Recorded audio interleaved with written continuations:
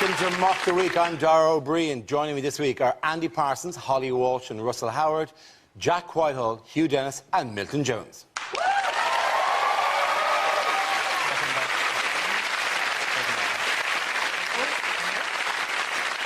We start with a round called Headliners. Here's a picture of a packed House of Commons recently, but what does PTFC stand for? Is it Pissed Tossers Face Chop?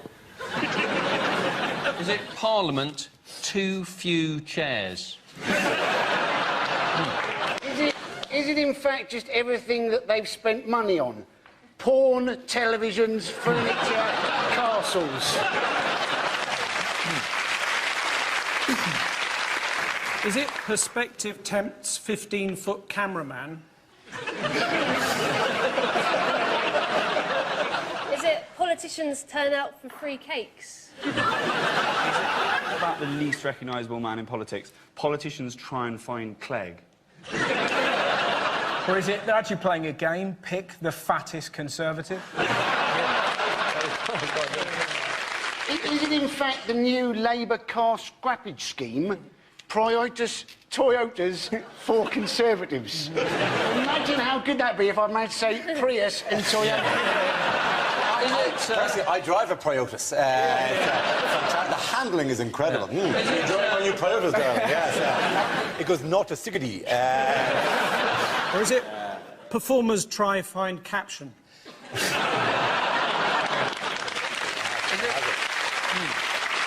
OK. The P for payback. Payback time. Pay back the fucking cash! That was a proper cri de coeur, wasn't it? That came from the heart. I want to know which paper that comes from, because I'd like to read that every day. It's the Parsons Gazette. I mean, every article's the same. Look at these arseholes! Not that particular, but the payback, what? Payback time for Commons. Well done, very good. Thank you very much. Yes, the answer I was looking for was payback time for Commons. This is the news that MPs have been ordered to repay over £1 million of their expenses following an audit of claims dating back to 2004. How do we feel about the MPs' expenses? It just refuses to go away, this story, doesn't it? It's like thrush. Every time I open the paper, it's back. I'm fed up with hearing certain MPs say, it's legal, it's legal. So standing outside an old folks' home dressed as Harold Shipman, just don't do it. They have paid back supposedly over £1 million, but the inquiry itself cost £1.5 million. And what was not covered in the Legg report about it? What wasn't covered?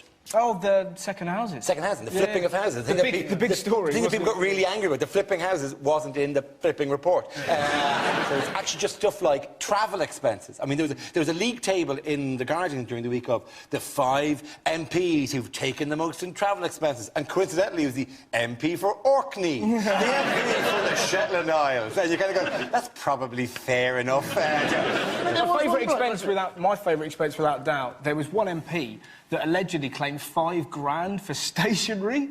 What does he write on? Dried unicorns? There was one bloke, wasn't there? He claimed to have his hedge trimmed around his helipad. And you're thinking, why on earth do you need a hedge around your helipad? And surely, if you use that helipad often enough, it should trim the hedge for you.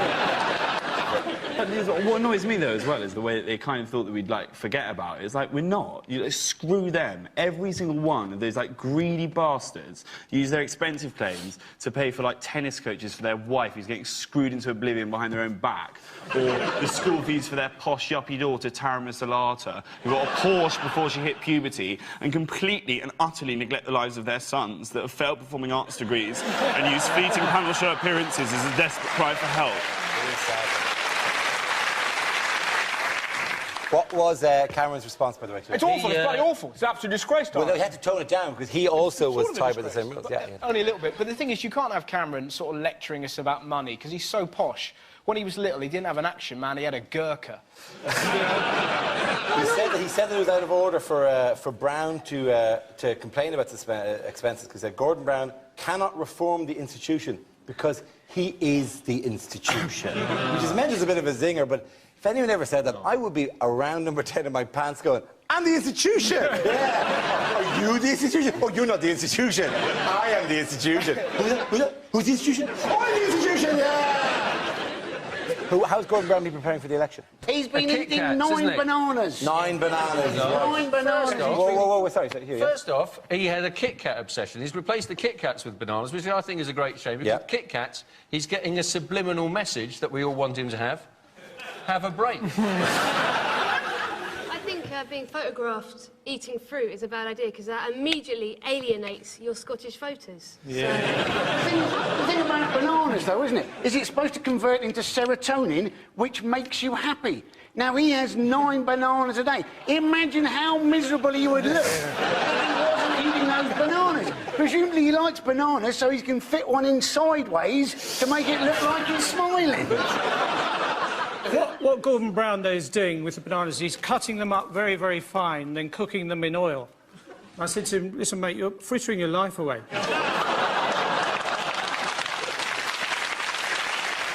What has added this week to car manufacturer Toyota's troubles? Now this is a recall. They've had to recall the second car. They may have to do it, recall, but yeah. it does the whole thing. It explains to me one of the great mysteries in advertising. The car in front is a Toyota because its accelerator is stuck.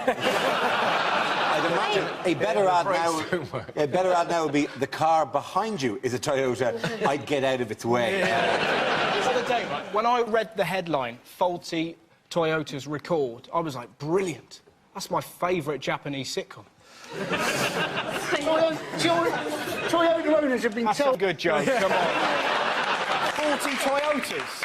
I was then going to go on and do an impression of Dark Mansion in a War, but I'm not doing that. Toyota owners have been told, haven't they, to take their 40 cars back to the garage. Now, you're thinking that's probably a little bit dangerous for the garage owners. You know, looking at, oh, my God, here's one coming. Looks like it's coming a bit quickly.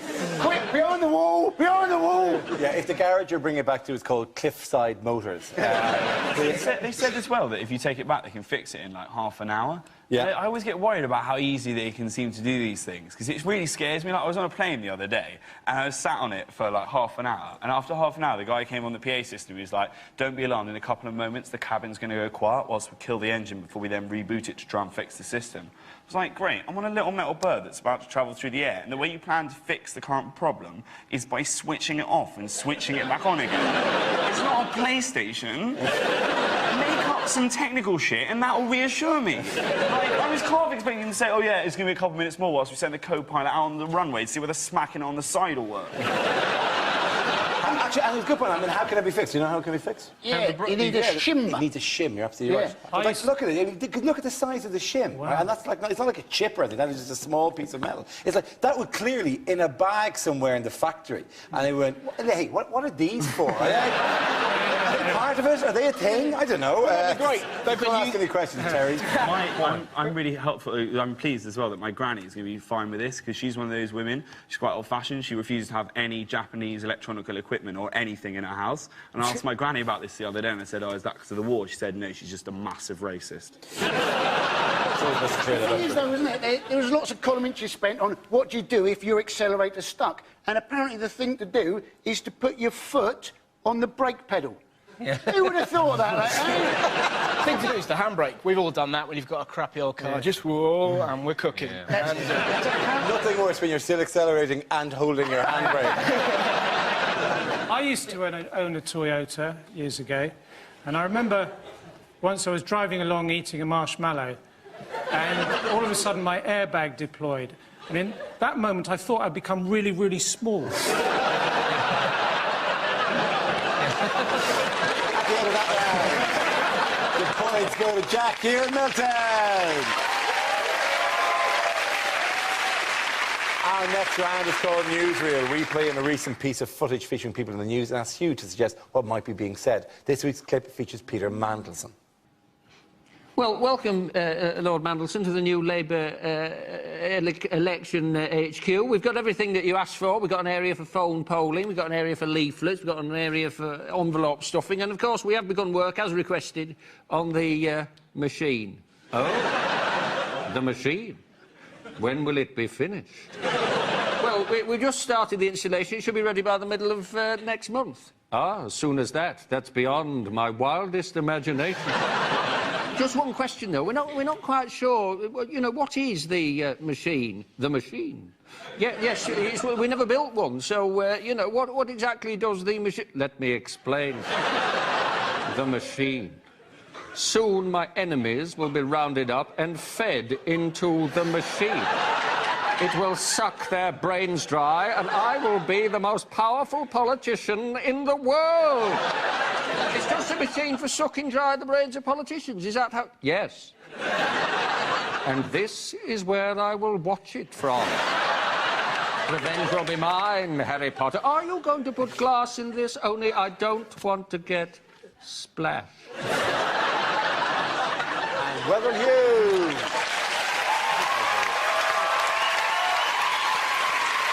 Now we play a round called Life is Like a Box of Mockolets. This game involves Milton, Andy and Jax. If you could make your way over to the performance area, please. This round is a stand-up challenge. I launch the wheel of news, and wherever it chooses to stop, one of our performers must step forward and talk about that subject. The winner is whoever I think is the funniest. OK? Here we go. Our first topic, please. First subject is education. Any persons? Yes, well, I'd like to start off with arithmetic. And how come there's only one person on my team and two on theirs? You may have seen, however, that there is a school in Tyneside which now doesn't open until 10 a.m. in the morning because they think teenagers need an extra hour and a half in bed to cope with puberty. What a marvellous euphemism that is, ladies and gentlemen. My mother burst into my room unexpectedly and caught me coping with puberty. There have been a lot of teachers in the press recently, stories where they've been caught having sexual relationships with their pupil. The one that caught my eye, 26-year-old PE teacher who'd been caught shagging this 16-year-old lad. And the paper's going, oh, there's a lot of questions that need to be asked. I'm sure a question that a lot of people wanted to ask was, where was she when I was at school? Thank you very much, Andy. OK, let's spin the wheel again. And the subject is media. Who wants to come in on that? Jack. You hear the weirdest things on news reports. I was watching one a couple of months ago about the Californian forest fires. I genuinely heard a man say that apparently 300 mobile homes have been destroyed. Now, I don't know whether there are that many advantages to a mobile home, if any, but one of the main ones, the big selling point of the mobile home, is that you're not really tied down to an area, especially if the said area is on fire. I also saw the most ludicrous one ever, which was a guy on the news, a so-called expert, say that apparently obesity is now a bigger threat to this country than Al-Qaeda. It's definitely not. What would you rather have sat opposite you on the train on your way home? Some mental guy with a beard and like a 100-yard stare with a rucksack full of Semtex? Or just a jolly little fat kid with a rucksack full of Quavers?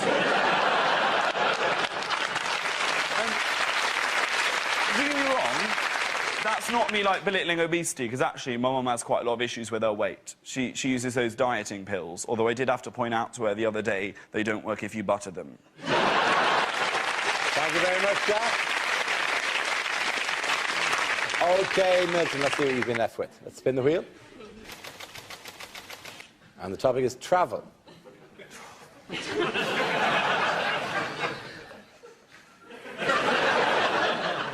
I've just come back from Australia. While I was there, I learnt some Aboriginal words like boo, which means to return, because when you throw an ordinary meringue...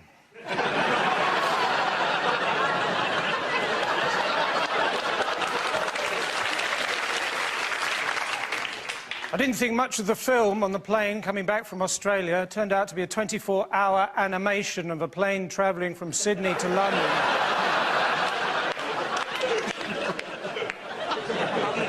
Whatever you do, don't go and see Time to Destination.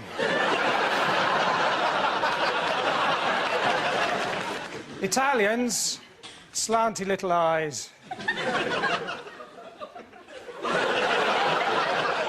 Sorry, italics.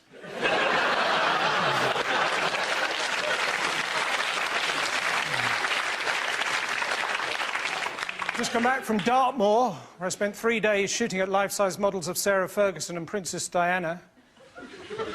Got nothing against them myself, it's just they made it part of the Duke of Edinburgh's award scheme.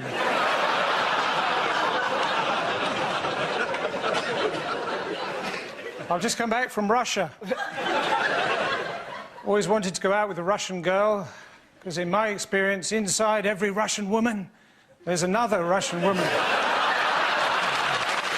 OK, point in that round. Go to Milton and Jack. Come on back. The next round is called, if this is the answer, what is the question on the board? Are 6 categories. Holly, which category would you like? Sport. Sport is the category. The answer is 12 minutes. What's the question? How long is too long a pause to say no after your girlfriend says, does my bum look big in this? Is it if you push someone down the escalators at exactly the right speed, how long will they keep falling? How long on average does it take an elderly woman to complete any kind of transaction at an ATM? Is it when he looks back on his time in office, how much will Gordon Brown be proud of? Is it if you brake in a Toyota, how long till it stops?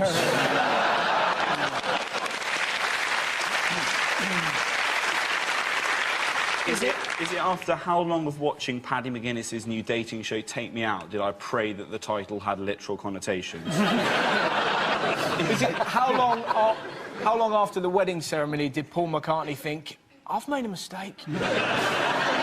What is a worryingly long time to be having a piss?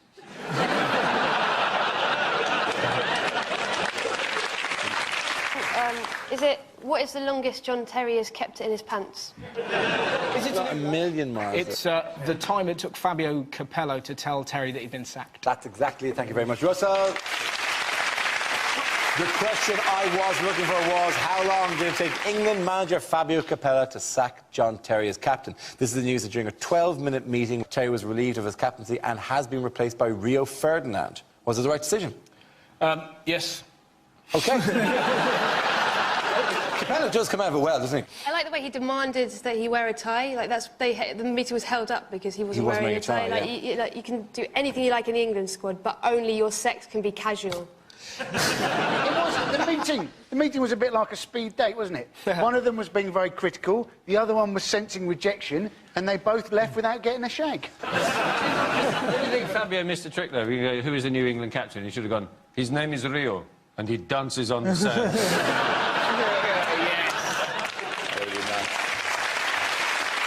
Government's fast, given that half it had to be interpreted into Italian and then back out. That's like a 6-minute meeting. Then there's the hello. Then there's the kind of awkward pause where they go... That Toyota thing is a bit of a mess, isn't it? Yeah. What's hilarious, though, you've just got people going, sacked as captain, he should be sacked from England. You're like, no, he shouldn't. He's really good at football. That's why he's going to stay. What's interesting about this, it makes you think Rooney could get away with anything. He could eat a baby. He could walk around Buckingham Palace naked and slap a swan with his wang, and the Queen would go, it's a World Cup year. Leave him to it, Philip. Don't you not think it's a slightly unfortunate photograph as well? It looks like Fabio's going, and then he took her like this. Maybe that's what the interview was. Maybe it was 1 minute going, you're sacked, and then the other 11. So tell me, what happened? We don't leave out any detail at all. I think it's good for Terry as well, because Terry's like, he was quite a boring sportsman, and this has come out, it's like, it's quite interesting. It's like the same as Tiger Woods. He was so dull, and then he did that, and I was like, it's quite interesting now. I think more boring sportsmen should do it. Like, I would like Michael Owen far more if I found out he was into, like, badger baiting. Well, funny you should say that. They were actually chanting, though, at Chelsea, weren't they? They were going, there's only one England captain. The chant I thought they might have come up with was, Chelsea, wherever you may be, don't leave your wife with John Terry.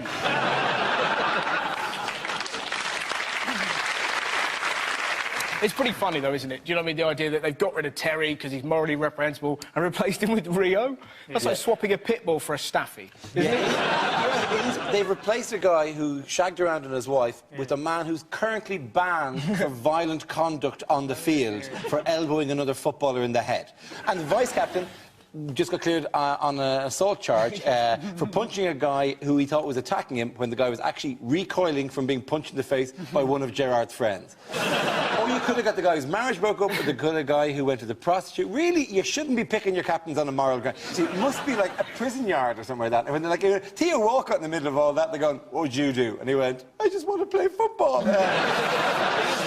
What special services the government shut down this week? This is the swine flu hotline. Swine flu hotline is gone. Yeah, if you have any questions you want to ask the swine flu hotline, that moment has passed. Now, yes. But basically, isn't it, we apparently now have 60 million surplus vaccines that the NHS have, right? So you go and see your doctor now. Oh, doctor, I've broken my leg. Oh, here's some Tamiflu. We need to get rid of it. Yeah.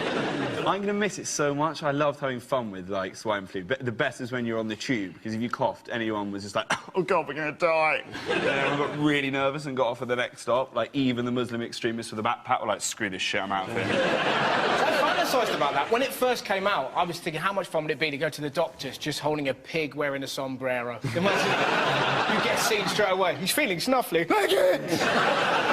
Can I just say, did anyone here have any experience of the swine flu hotline? No, do you know it was being manned by 16-year-olds? It was being manned by 16-year-olds. How fantastic is that? You don't want a 16-year-old kid diagnosing you. Yeah, I've got a rash on my breasts. Yeah, but that's it. If anyone knows how to get hold of drugs quickly, it's a 16-year-old. Yeah, I mean, they already have a distribution network, so they could have got to... I had to advertise it for a bit. Did you? Yeah. Well, there were different voiceovers for different stages of the pandemic. What did you get? I think I was stage 3. Ooh. And stage 1 was, you know, there is just normal seasonal flu. Yeah. And then stage 4 was, you know, you're going to die, you're going to die. I was stage 3, which was, if pandemic flu reaches Britain, they missed that stage out completely. What, did we go straight to the you're going to die, you're going to die, I don't remember seeing the ads that went, you're going to die, you're going to die. But now so Coronation on the one Street... hand, I was terrified, and on the other hand, I was thinking, I haven't been paid. They've missed out my... Did you see the advert? It's hilarious, right? The official government advert, there's a bloke in a lift with a family having an amazing time, then the bloke sneezes, and there's a shot of the baby looking at the man going... like a child is going to go, how could you? Mother kill him. You don't want 16-year-olds handing out advice for health, though, do you? You know, you phone up the hotline, you go, oh, I'm pale, I feel awful, I've got no energy. 16-year-olds are going, well, you're probably a goth. Can I just go back to this? I'm sorry, I'm intrigued by this. I'm intrigued by the fact that in a time of pandemic and crisis, Hugh Dennis was cashing in, firstly. But also was the voice that we were supposed to be reassured by. Which of your voices did you do for this? Yeah, which one? The Prince. Stay at home. Lock your doors. It's coming. We can't tell you when. That's genuinely weird. Yeah. But the problem is people don't understand disease. When AIDS first became a crisis, I was operating the goods lift in Harrods. I was a student, I was trying to earn money. And the only thing we knew about AIDS was it started in Holland, right? And the bloke who operated the goods lift with me refused to unload a consignment of Edam cheese. At the end of that round, the points go to Russell, Holly and Andy. Now we come to scenes we'd like to see, so if everyone can make their way to the performance area, please. I'll read out this week's topics, and then we'll see what our panelists can come up with. OK, here we go. The first subject is unlikely things to read in a Valentine's Day card. I may be dyslexic, but that doesn't mean I don't vole you. Roses are red, violets are blue. I've got something nasty, and now so do you.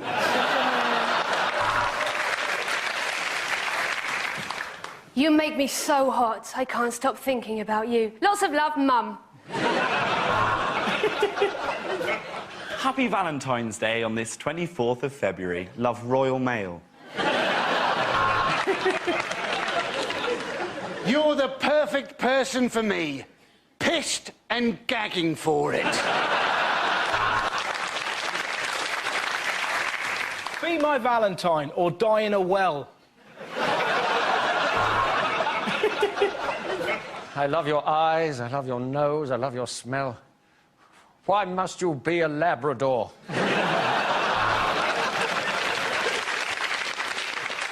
Do we have to go through this shit every year?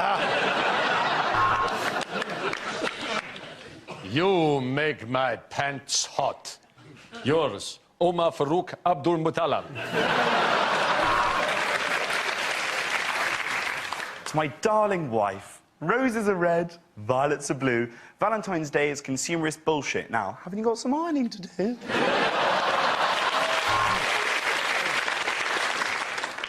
Roses are red. Poppies are red. The grass is all red. Shit, the garden's on fire! I'm a bit of a man for the ladies. Doesn't matter how clearly the gents are signposted. I love you so much. I love you like no other. But never again les up with my mother.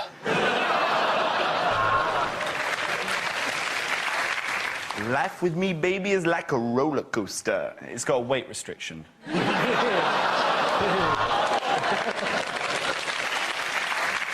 are just 3 words I want to say.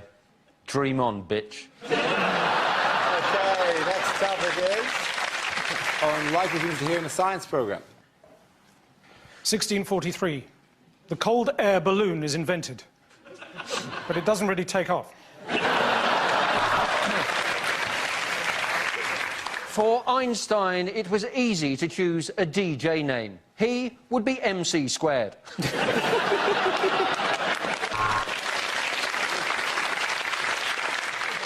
Hello, I'm Dr. Gillian McKeith, and today I'll be sifting through your poop. Why? Because I was never hugged as a child. Now on 5, crop circles, myth or bollocks? Next, to demonstrate chaos theory, we've locked Boris Johnson in a room with an aardvark and some magic mushrooms. I was the man who discovered DNA. I wasn't going to call it that, but I was giving a lecture to the Royal Society, and I said, gentlemen, I believe I've discovered the genetic fingerprint of all human life. Ta-da!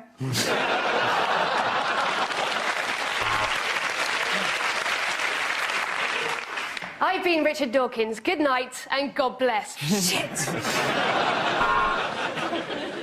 Thanks to carbon dating, this skeleton is now going out with a short-sighted geology student who likes thin people that don't talk much. 1891. Sir Alexander Graham Bell receives the first wrong number telephone call.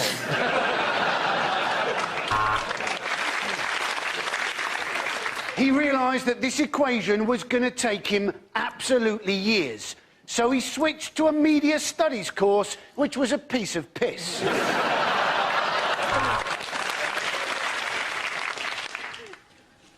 I did have here a pie chart to demonstrate obesity.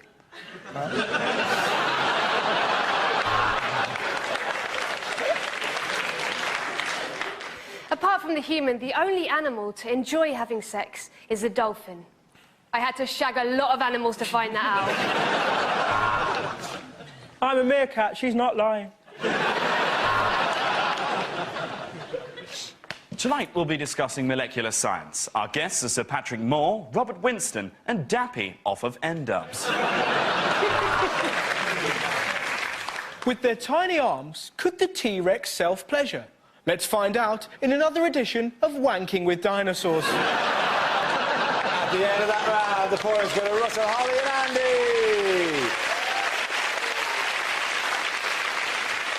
That's the end of the show. This week's winners are Jack Whitehall, Hugh Dennis and Milton Jones. Commiserations to Andy Parsons, Holly Walsh and Russell Howard. Thank you for watching. I'm Garvey. Good night. The comedy continues here on BBC Two as Rabsy Nesbitt is left more than a little confused by a love triangle. That's next.